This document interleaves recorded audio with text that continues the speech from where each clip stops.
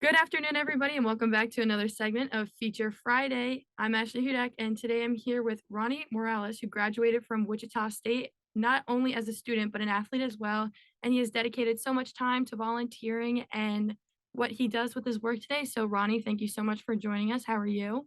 I'm wonderful, Ashley. I hope you are. Thanks for having me. Of course, I'm so happy to have you here today and just kind of enlighten us on your journey and how you got to where you are today. So, starting us off, what sports did you play, I guess, growing up and kind of how that developed you into your collegiate career? Great question. So I played all of them, and by all of them, I guess very traditional ones. Baseball, basketball, football, soccer. I grew up a military brat. My dad was in the Air Force, so we traveled all over the country and the world, and we didn't get the luxury of like a field hockey lacrosse type atmosphere in some of these places. So pretty standard straight across sports, but I was very fortunate to play all of them, and I think I played everything up until at least middle school, and then it was basketball, baseball, football until my junior year. It was just baseball. Yeah, and then I figured out that's what I was destined to try to do. I mean, it sounds like great starting point and career leading up to baseball, but the key thing you're saying here is you did so many sports as a younger child, but moving those different muscle groups and exploiting those muscles had to have helped you in baseball as well. Oh, absolutely. I there was, I mean, so many different instances, especially in baseball, that I attributed to playing other sports. One, for instance, being a former pitcher, um, I would have, to make a play, running down by the foul line, and it's Right. very, similar to kind of saving a ball out of bounds for, basketball. And so there's a lot of synonymous similarities between all the sports that teach you kind of how to be an athlete all around. Um, and I still push for my students and kids today to make sure they're doing as much as possible, at least two sports minimum. Right. But yeah, absolutely. The more you expose yourself to, the more you learn about your body. Right. I think that's just a great takeaway for everyone to learn as of now. But with your upbringing as well and going through high school, transitioning into your college career, what made you want to play baseball in college? Um, so I was going to be the first one in my generation, my family, to go to college. I don't think there's much of that going on anymore. I think most everyone, not everyone, but it's more common, I guess. I did want to be the first in my family to go to college, graduate.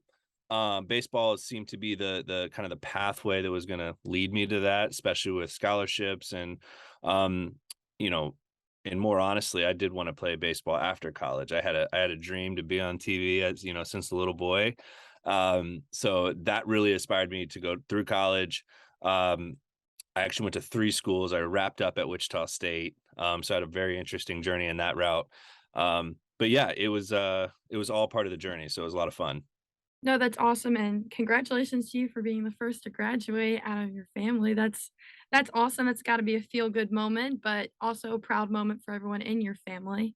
And Very. going off of that, how and, like, what was your biggest challenges being a student athlete? Because some people could say it's a mental aspect, it could be a school aspect. For you, what was it?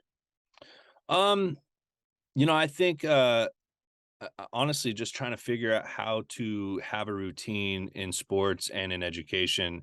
We all knew how to go to school, but we had to learn how to become high prolific athletes in addition to being in the classroom and learning to study and learning that there's probably going to take a little bit more time to do your studies to have the outcomes you want, just like we know in sports. So I would say, to answer that question, being a very competitive athlete also means you're usually probably somewhat competitive or want to be in the classroom, and it's really hard to do both at the same time. So that balance of I want to nail this project versus I also want to make sure I'm getting everything I need to get done as an athlete. Like that's a tough balance because it mentally does wear you out. You only got so many hours in the day. And then it's over. And then, but yeah, I would say that was probably the hardest balance, and I think the kids today have a good amount of tools to help them balance that much better than I think I graduated when I graduated? '07, so they've got a lot more tools since then, and it's really cool to see some of these kids kind of utilize those as well. Right. I mean, being a college student myself right now, I'm very fortunate in having access to so many resources here on campus. I guess going through that and managing your time, as you said, was the most challenging thing for you. How did you have a good work-life balance? Um, well, thankfully, I was brought up in a household that, had some core values with, being on time, being respectful, making sure you make your bed, do your homework, those kinds of things, like stuff that seems so cliche and can get complacent, but I had them. And so with the work ethic of sports, in tandem with my parents doing a good job with me or the best they could, um, it was very easy for me, I think, to kind of make those life decisions very, with competence, I guess. Right. But no, I learned more. I mean, I didn't know I went to college and just made tons of mistakes, both in and out of the classroom, on and off the field. And as I teach my kids and my own personal children, my daughter and my son, like, as many mistakes as you can make early on, without being a detriment to your life, right? But we Right. try to learn as much as we can from those mistakes. And so I had good upbringing and a good support system, you know, good circle of friends, coaches, teammate, that whole thing. I did a decent job of surrounding myself with the right people, so it became easier to have those fallbacks. Gotcha. And I think that's really critical what you're saying here. Make sure you make mistakes in college because this is the time to make it. Obviously, nothing too detrimental, but the biggest takeaway here is what did you learn from it and how are you going to change that in the future? So that's awesome to hear. And obviously, you graduated college. What were your plans after college? Did you plan to go professionally or did you plan to start working right out of college? So I wanted to be a professional athlete. How that normally works isn't in our favor. So real quick fun story. It was the second day of the 2007 Major League Draft. Meaning the first day my name was not called. I didn't anticipate it being called. I only had spoke to a few scouts my senior year, and I was actually driving to Oklahoma through Oklahoma, I'm sorry, at the time, to go play in a small independent professional independent team in Slippery Rock, Pennsylvania, which is no longer there anymore. So this was again in '07. So I'm driving. My roommate calls me and he says, "Hey, turn around. You forgot something." And I was like, "What do you mean?" He goes, "Well, you got drafted, so you got to come get the rest of your stuff." And I'm like, "What are you talking about?" And he's like, "The White Sox drafted you." And so my parents have been trying to get up with me. The scout that signed me tried to get up with me, but cell service back in those days were not that good in the Midwest. And so he was the only one to get up with me. And I ended up turning around and going back to where I was living at the time in Wichita, and my career started professionally very soon after that, and it was um, something that I wanted to always do. Right. Um, I was prepared to do anything else as well. I had been teaching school while I was in college. So I did some substitute teaching, Right. and I always had kind of the passion of giving something back, and I always had a gift of teaching. So I always knew that I had something planned in addition to baseball, but outside Right. of that, no, I wanted to just go play baseball. Right. Well, congrats again. Like, that's a huge achievement. Obviously, not many people get selected to go play or even just make it through the draft. So that is amazing. But what you did mention there too is you knew you wanted to teach, you knew you wanted to give back based upon all the work you've done. You've done a lot of volunteer work. How has that made you feel full and what kind of motivated you to choose to volunteer? Yeah, I think again, being a military brat, being on an Air Force base and kind of seeing, um, I guess the culture in that and how family is really important when you're kind of all over the country and the world and I was at a time when a lot of our parents were over in Iraq or Afghanistan, and we still had to help with around the house as older siblings, so those things kind of fast forwarded for me a little bit, but my I mean I guess the overall upbringing and preparation I had for teaching and giving back was just kind of a system of, again, my upbringing. I was very grateful and thankful that of the things that I had. And I don't know, I just without, I think there was a realization that there was a little bit of an ability I had to kind of translate things back to kids that needed to learn it, right? Right. And maybe it wasn't like a calling, but it was just something I always knew, that I had an ability to do. So, I thought how selfish of me to not share that if I can help somebody. So whether through sports or through education, anything I can help somebody learn, because if I can help them see it differently, Right. um, I always find some value in that. So, yeah, it played a huge role volunteering, and then volunteering. What you put out there usually comes back to you, right? I think people Right. usually want to put a price tag on something immediately.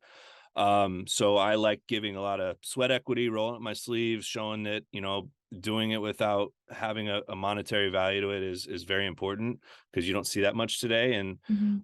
that invited me to so many different opportunities after that in my career.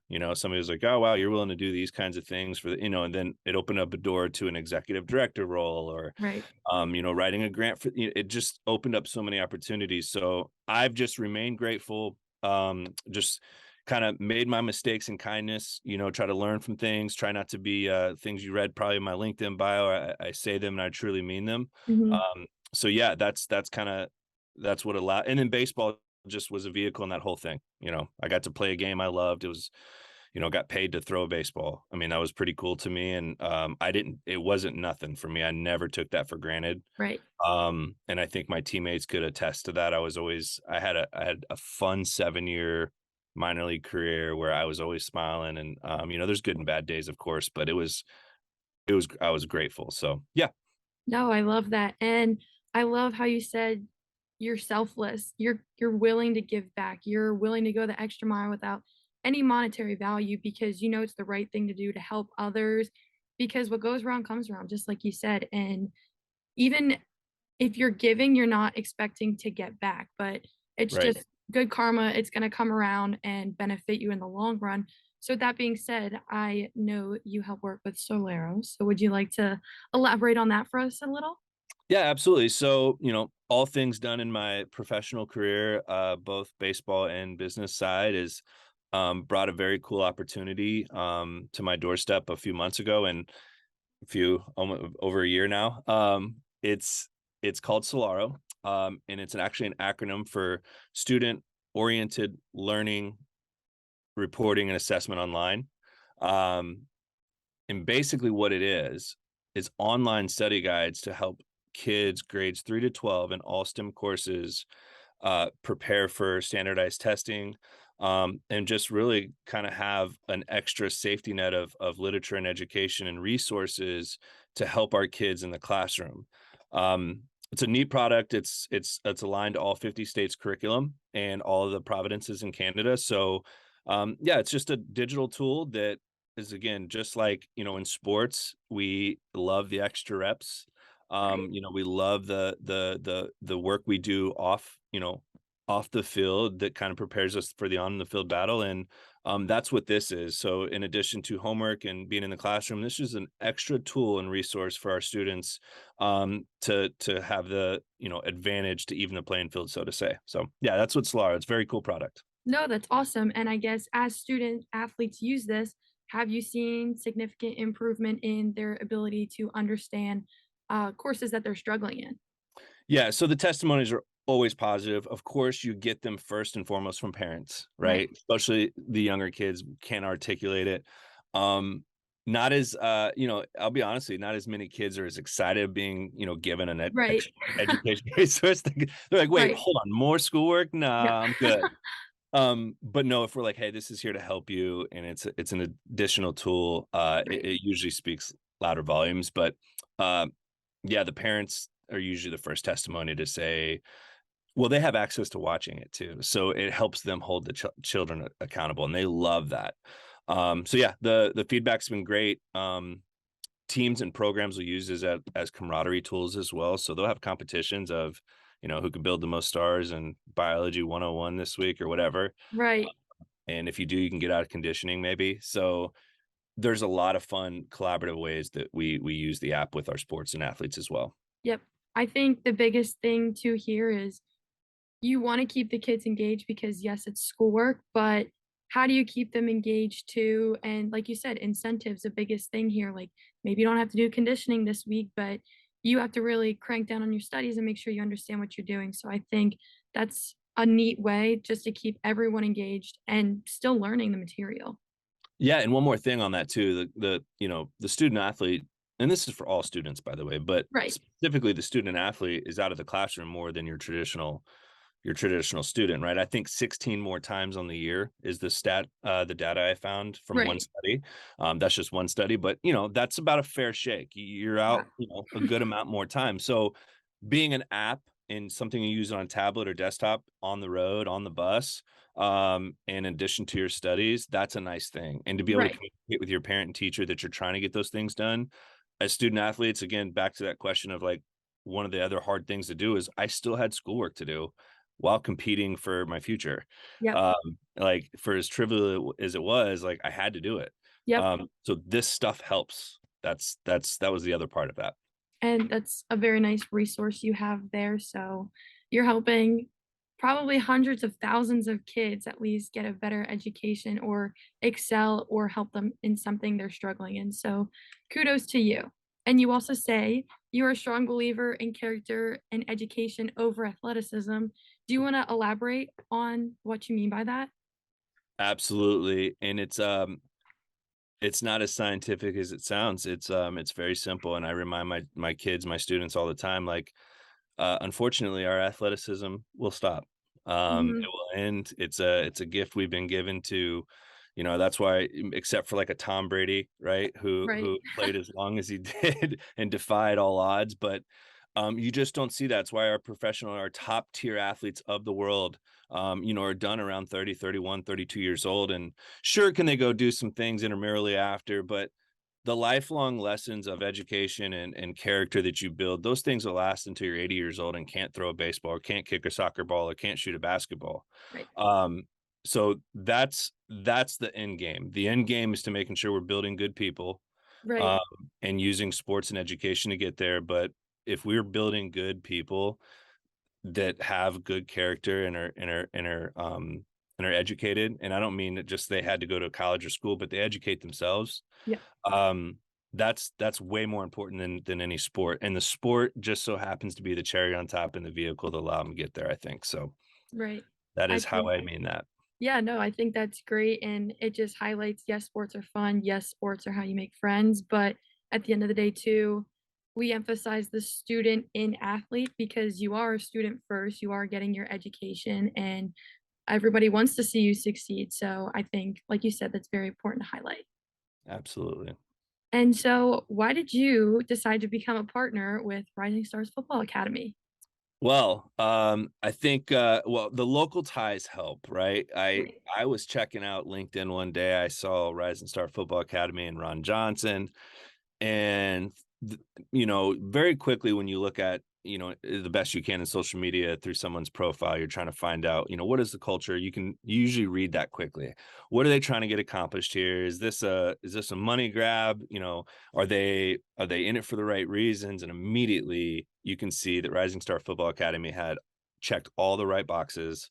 So I reached out to Ron, and Ron was very immediately receptive and wanted to hear more. And I want to say he and I have been connecting probably the last 5 or 6 months, off and on very Okay. periodically. So yeah, it was an immediate perfect fit. And we thought, yeah, this would be a long-term relationship that we can kind of build over time. So networking wise too, so it's a fantastic thing. I mean, I come from a baseball background. Ron's got a football background, and I believe yours is soccer. Is that right? Correct, yep, Right? So, like, you got all these, really nice people in different cultures kind of looking at one mission, and we're using education again as kind of that catalyst. So, yeah, I thought Ron and Rising Star Football Academy was just a perfect fit, and we were not wrong about that yeah. together. Well, that is so great to hear, and honestly, after everything you've said today, I hope everyone doesn't just take it with a grain of salt, but they take it and run with it that, we're here for a bigger purpose, not only, like you said, not a money grab, but we're here to help students, become more educated and athletes, work to their fullest potential. So I think that's really important to highlight here. And if any of our viewers have any questions, how can they reach out to you? So I can leave my email with you. Okay, It's originalcopy2k at gmail.com. Feel free to, that's my personal email that I kind of leave open to anybody that's trying to get in touch. So great. again, originalcopy2k at gmail.com. And feel free to shoot me any questions or concerns or stories or comments, all of it. I'm open. Awesome. We love that. And everybody feel free to reach out. We are so excited to have you as sponsor this year and work with you. And can't wait to see what the future holds. Ronnie, thank you so much for joining us today again and letting us on Solaro. This is an amazing program you have. Can't wait to see what you guys do with it. And everybody stay tuned for the next Feature Friday and have a good one. Thanks, Ashley. My pleasure.